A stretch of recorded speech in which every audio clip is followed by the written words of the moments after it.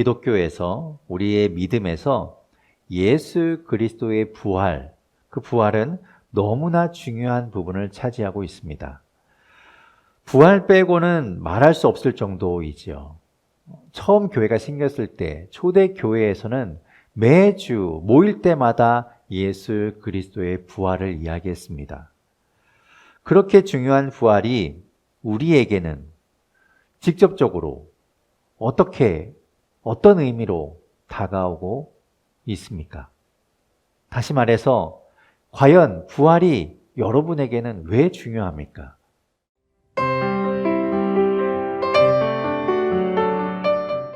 사도행전이나 서신서를 통해서 우리는 그 사도들이 전한 복음에 대한 내용들을 보게 됩니다.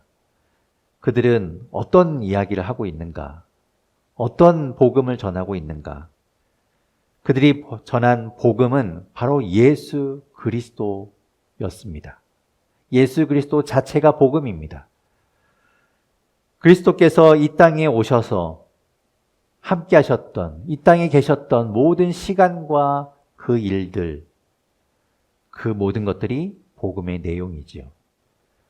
이 세상에서 우리와 같은 인간의 모습으로 살아가셨습니다. 이 땅에 오신 것 자체, 그 성육신 자체부터 복음의 시작이었습니다.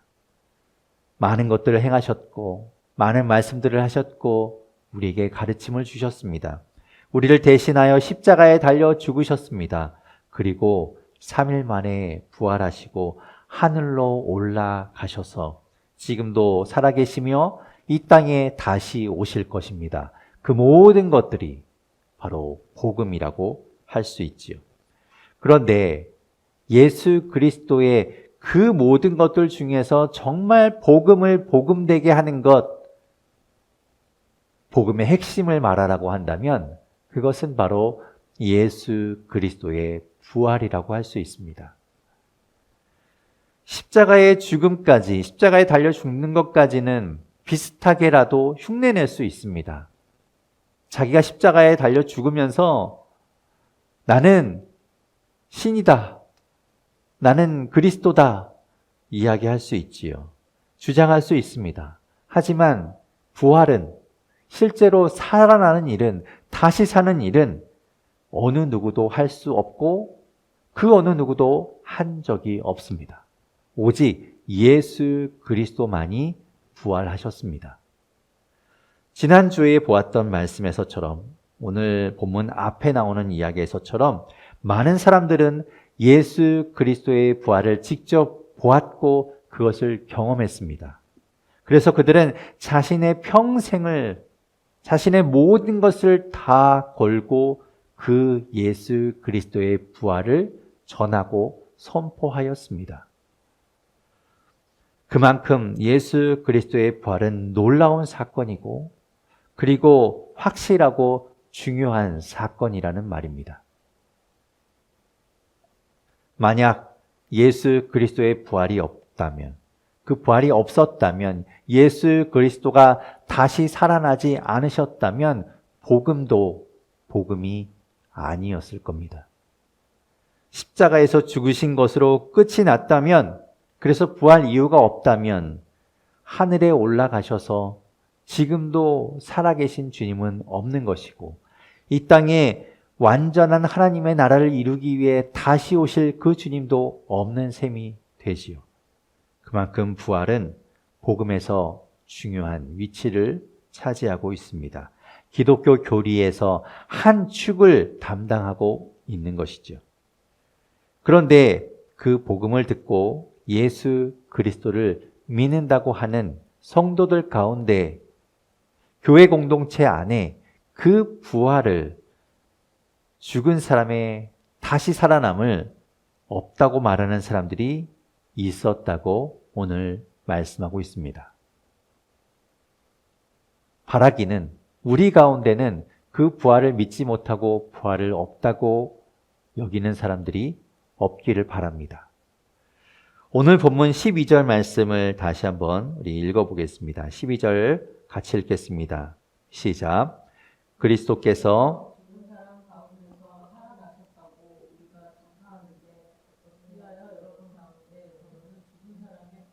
없다고 말합니까? 만약 부활이 중요한 일이라면 그렇게 죽은 사람의 부활이 없다고 말하는 사람들, 그게 중요한 일이 아니라면 그렇게 심각하게 생각하지 않았겠죠. 그냥 저 사람들은 아직 믿음이 작아서 그래. 아직 믿음이 성장하지 못해서 그런 거니까 좀 기다려주면 될 거야. 라고 그렇게 여기지 않았다는 겁니다. 그럴 만한 사안이 아니라는 것이죠. 말씀드린 것처럼 부활은 너무나 중요한 일이기 때문에 그렇습니다. 그래서 사도 바울은 15장 내내 아주 길고 자세하고 정확하게 부활에 대해서 이야기하고 가르치고 있습니다. 부활이 너무나 중요하기 때문이죠. 그렇다면 지금 예수 그리스도의 그 복음을 듣고도 부활이 없다고 말하는 사람들은 어떤 사람들일까? 대체 그 사람들은 어떤 사람들일까요? 첫 번째로 생각해 볼 수 있는 사람들은 유대교 사상에 뿌리를 둔 사람들입니다. 유대인 중에도 부활이 있다고 말하는 사람들이 있었는가 하면 부활이 없다고 하는 사람들도 있었습니다. 사도 바울이 예수 그리스도를 전하고 다녔죠. 그래서 전도 여행을 하고 예루살렘으로 돌아왔는데 유대인들, 특별히 유대교의 종교 지도자들과 한바탕 격전이 벌어지고 소동이 벌어졌습니다. 그렇겠죠. 유대교 종교 지도자들은 예수 그리스도 전하는 것을 못마땅하게 여겼기 때문입니다. 그래서 그들은 부딪혔고 결국에는 그 유대교 종교 지도자들이 있는 가운데 종교 재판을 받게 됩니다. 그때 사도 바울은 자신을 변호하며 그 앞에 서게 되는데 그 장면 가운데 이런 기록이 있습니다. 사도행전 23장 6절에서부터 8절 말씀을 제가 읽어보겠습니다. 그런데 바울이 그들의 한 부분은 사두개파 사람이요 한 부분은 바리새파 사람인 것을 알고서 의회에서 큰 소리로 말하였다. 동포 여러분, 나는 바리새파 사람이요 바리새파 사람의 아들입니다. 나는 지금 죽은 사람들이 부활할 것이라는 소망 때문에 재판을 받고 있습니다. 바울이 이렇게 말하니 바리새파 사람과 사두개파 사람 사이에 다툼이 생겨서 회중이 나뉘었다. 사두개파 사람은 부활도 천사도 영도 없다고 하는데 바리새파 사람은 그것을 다 인정하기 때문이다. 유대교 안에요. 같은 유대교 안에 여러 분파가 나뉘게 되는데 그 분파들 가운데 부활이 없다고 하는 사두개파라는 분파가 있었다는 겁니다. 그러나 바울이 속했던 바리새파는 그와 반대로 부활도 인정하고 영도 인정하고 천사도 인정했다고 말씀하고 있습니다. 같은 유대교 안에 있었는데도 이렇게 극과 극의 주장을 하게 된 것은 유대교에서 사후세계라든지 그리고 부활이라든지 이런 것에 대해서 아주 명확하게 말하고 있지 않기 때문에 그렇습니다. 그래서 이런 해석들이 막 나오게 된 것이죠. 우리가 구약 성경을 보면 알지만 구약 성경에는 이런 부활이라든가 우리가 죽어서 어떻게 된다든가 천국에 가는가 지옥에 가는가 이런 이야기들이 그렇게 많이 등장하지 않습니다. 그런 것보다는 현재의 삶에서 하나님과 함께하는 것, 하나님 말씀 따라 살아가는 것, 그것이 중요하기 때문에 그것에 더 강조점을 두고 있어서 그렇습니다. 아마도 지금 이렇게 부활이 없다고 말하는 사람, 고린도 교회에서 예수 그리스도의 부활에 대해서 들었음에도 불구하고 그것을 인정하지 않는 사람은 아마도 이 사두개파의 영향을 받은 그런 사람일 수도 있겠지요. 두 번째로 생각해 볼 수 있는 사람은 헬라 사상에 이 고대 그리스 철학에 물든 사람일 수 있습니다. 고린도 지역은 이 헬라의 영향권 안에 있던 지역이죠. 고린도뿐만 아니라 그 일대의 많은 나라들이 헬라의 영향을 받고 있었지만 고린도도 예외가 아니었다는 겁니다.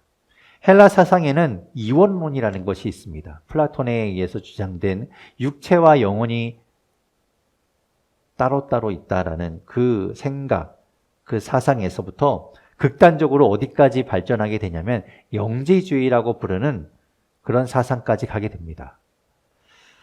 영지주의는 영적인 것은 좋은 것이다, 선한 것이다 라고 여기고 육체를 포함한 이 물질의 세계는 악한 것이다 라고 여깁니다. 그 영지주의가 교회 안에 들어오게 되죠. 당시에 여러 만연해 있던 그 사상이 교회 안에 들어와서 이단을 만들게 되었습니다.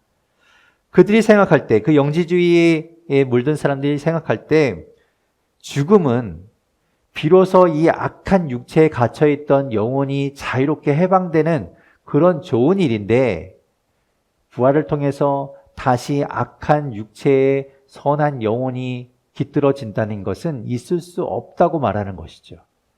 있어서도 안 된다고 이야기하는 겁니다. 그러니까 부활은 없다, 그렇게 주장하고 있었던 겁니다. 아마도 이 고린도에서 부활이 없다고 말하는 사람들은 이 사상에 영향을 받은 사람일 수 있겠지요. 그리고 우리가 세 번째로 생각해 볼 수 있는 사람은 예수 그리스도의 인성을, 참 사람 되심을 인정하지 않는 그런 사람들이 있을 수도 있습니다. 예수 그리스도는 이 땅에서 인간의 모습으로, 우리와 같은 모습으로 살아가셨습니다. 그래서 이 땅에 사시는 동안에 우리와 똑같은 삶을 사셨지요. 이 땅에 아기의 모습으로 오셨고 또 우리처럼 먹고 자고 피곤해하고 또 슬퍼하고 같은 감정을 느끼셨습니다. 그래서 예수 그리스도, 그 주님께서는 우리를 이해하시고 우리의 아픔을 아시고 우리의 눈물과 한숨을 아시는 분이십니다. 그것을 우리는 조금 어렵게 신학적으로 이야기하면 예수 그리스도의 인성이라고 이야기합니다. 예수 그리스도는 그 인간됨, 참 사람 되심, 인성을 가지시면서 동시에 하나님이시기 때문에 신성을 가지신 분이십니다.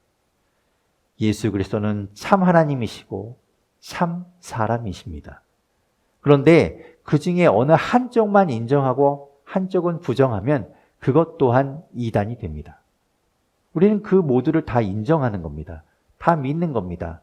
예수 그리스도는 하나님이시요 또 사람이었다는 것을 우리는 인정하는 것이죠.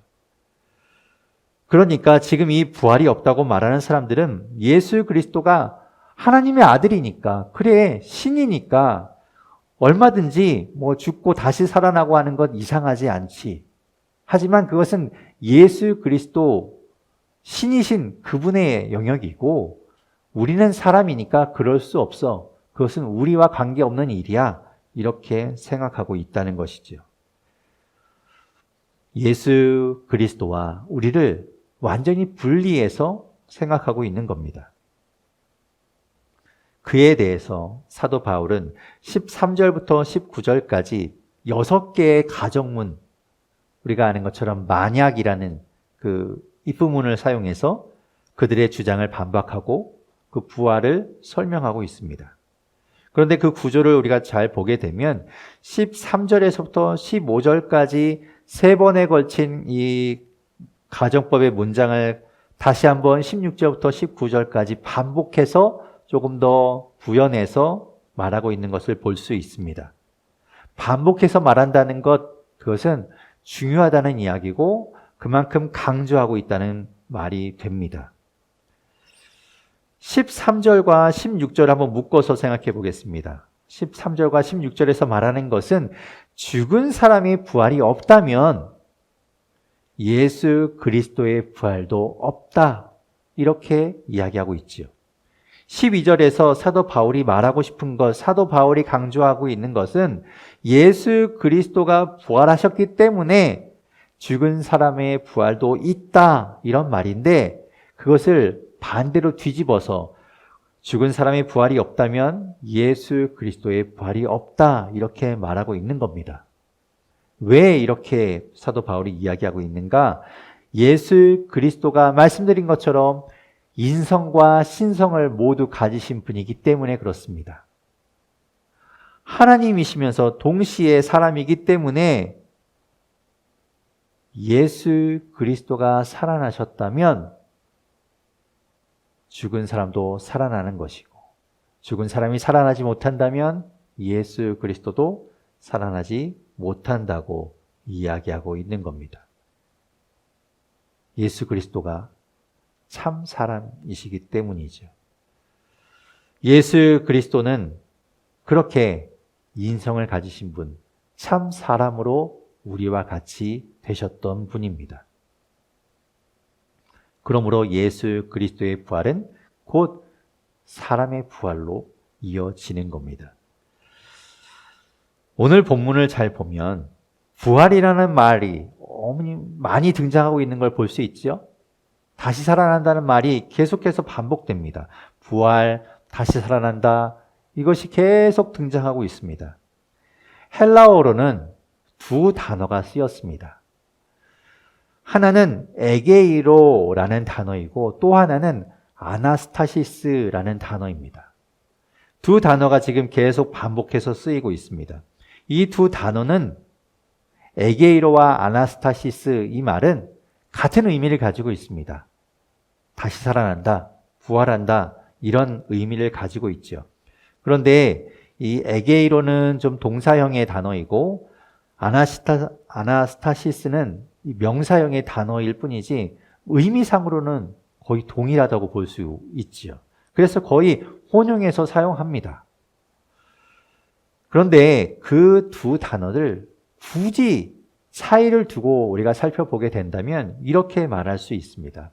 에게이로는 자동사로도 쓰이고 타동사로도 쓰이지만 타동사적인 의미로 많이 쓰입니다. 거기에 더 강조점이 있어요. 그래서 오늘 본문에서 예수 그리스도의 부활에 이 에게이로라는 단어가 쓰입니다. 그러니까 그리스도의 살아나심, 그리스도의 부활이라고 할 때 모두 다 에게이로라는 단어를 쓰는데 그 뜻을 조금 더 세밀하게 따져보면 이런 겁니다. 하나님이 예수 그리스도를 다시 살리셨다, 이런 뜻을 가지고 있습니다. 하나님이 하셨다는 거예요. 그리고 예수 그리스도는 다시 살리심을 받은 그런 분이라고 이야기하고 있는 겁니다. 그런가 하면 아나스타시스라는 단어는 이것 또한 역시 자동사적인 의미와 타동사적인 의미로 다 가지고 쓰이고 있지만 의미상으로 따지고 보면 이런 겁니다. 마지막 때에, 그러니까 최종적으로 종말에 부활하게 될 것이다, 그런 의미를 갖고 있어요. 그러니까 종말에 임할 그 부활을 이야기합니다. 지금 우리는 부활하지 않잖아요. 지금 죽은 사람들, 이전까지 죽은 사람들 부활하지 않지요. 하지만 예수 그리스도가 이 땅에 다시 오실 때, 그 마지막 때에 우리는 다 부활하게 될 겁니다. 그래서 주님을 맞이하게 될 거예요. 그때 사용하는 말이 바로 이 아나스타시스라는 단어입니다. 그래서 13절, 14절, 12절부터 이 14절까지는 예수 그리스도에 대해서는 에게이로라는 단어를 사용해서 부활을 이야기하고 있고, 죽은 사람에 대해서는 아나스타시스라는 단어를 사용해서 부활을 이야기하고 있습니다. 그런데 15절부터는 달라집니다. 15절부터는 죽은 사람의 부활도 에게이로라는 단어를 사용합니다. 예수님의 부활과 같은 단어를 사용하게 되는 것이죠. 하나님이 예수 그리스도를 살리신 것처럼 하나님이 우리도 동일하게 살리신다는 말입니다. 그 말은 더 확실하게 예수 그리스도와 우리가 동등하게 된다고 이야기하고 있는 겁니다. 같은 위치에 갖게 된다고 말하고 있는 것이죠. 즉 예수 그리스도와 우리는, 여러분은 바로 하나라고 이야기하고 있는 겁니다. 우리가 부활절에 그 달걀을 가지고 전하잖아요. 예수님이 부활하셨습니다. 예수님이 부활하셨습니다. 그런데 그것을 이야기하면서 마치 예수님이 부활하신 것을 축하하고 있는데 그 메시지를 들은 사람들은 그게 뭐 예수님이 부활해서 뭐 어떻다는 거야 라고 생각할 수 있겠죠. 하지만 그 예수님이 부활하셨다는 것, 그 사실은 바로 예수님과 우리가 하나라는 그런 선포이라는 말이죠. 예수 그리스도의 부활이 나에게 왜 중요한가? 예수님이 부활하셨대. 그런가 봐. 이것이 아니라 예수 그리스도의 부활이 나에게 왜 중요한가? 나에게 무슨 의미가 있는가? 여러분 따라하십시오. 예수님과 나는 하나입니다. 네, 예수님과 바로 나는 하나라는 말입니다. 남이 아니지요. 같은 운명체, 같은 공동체. 그래서 예수 그리스도의 부활이 중요한 겁니다. 예수님과 내가 하나라는 말이에요. 14절과 17절에는 그 만약 예수 그리스도의 부활이 없었다면 우리가 지금 믿고 있는 것, 이 복음은 헛된 것이 된다. 아무 의미 없는 것이 되고 만다라고 말하고 있습니다. 우리는 지금 괜한 일을 하고 있다는 거예요. 2000년 동안 인류는 대를 이어서 엉뚱한 짓을 하고 있는 셈이 되는 겁니다. 계속해서 헛소리를 하고 있는 것이지요. 그렇게 빈 껍데기뿐인 속이 비어있는 복음으로는 아무 소용이 없고 그것을 붙잡고 있는다고 해서 우리의 죄의 문제는 해결되지 않겠지요. 하지만 예수 그리스도는 부활하셨습니다. 많은 사람이 보았고 확실하기 때문에 그 사람들이 자신의 삶을 걸었습니다. 그래서 지금까지 우리에게까지 그 복음이 전해졌고 그것을 우리가 믿고 그 부활의 확신을 가지고 죄에서부터 벗어나게 되었지요. 그것은 전혀 헛된 일이 아니었습니다. 앞으로도 그 일은 너무나 중요한 일입니다. 이제 그 부활은 예수 그리스도를 통해서 시작되었다고 이야기하고 있습니다. 예수님이 부활하셨으니까 예수님으로 시작해서 이제 그 부활은 우리에게까지 오게 될 겁니다. 왜? 예수 그리스도와 우리는 하나이니까요. 오늘 본문 20절 말씀을 같이 읽어보겠습니다. 20절 같이 읽겠습니다. 시작. 그러나 이제 그리스도께서는 죽은 사람들 가운데서 되셨습니다. 아멘. 첫 열매가 되셨습니다. 처음이 되셨습니다. 그러니 이제 우리 차례입니다. 우리에게 그 부활이 임할 것입니다. 여러분, 교회에서 부활의 소망에 대해서 이야기합니다. 여러분, 부활의 소망을 가지고 살아가십시오 라고 이야기합니다. 예수님이 부활하셨으니 그 부활의 소망 가운데 힘있게 살아가십시오 라고 이야기합니다. 그 말이 무슨 말입니까? 부활의 소망으로 지금 당장 어려워도 그 소망을 가지고 힘있게 살아가라고 말할 때 그 말은 우리는 죽어도 다시 살아날 겁니다. 우리는 그렇게 죽는 것으로 끝나는 인생이 아닙니다. 우리는 다시 살아납니다. 진짜 그 생명이 하나 남아 있습니다. 물론 그런 소망을 가지고 살 수도 있겠지만 그것 가지고 마치 어린아이와 같이 난 죽어도 또 살아날 거야. 그렇게 살아가는 소망 때문이 아니라 오늘 우리가 말씀에서 본 것처럼 예수 그리스도가 나와 함께 하신다는 것, 예수 그리스도가 나와 하나라는 것, 그 믿음 때문에 소망이 되고 용기가 되고 위로가 될 수 있기를 바랍니다. 부활을 통해서 예수 그리스도와 내가 하나이라는 것 꼭 붙으십시오. 주님이 나와 하나가 되십니다.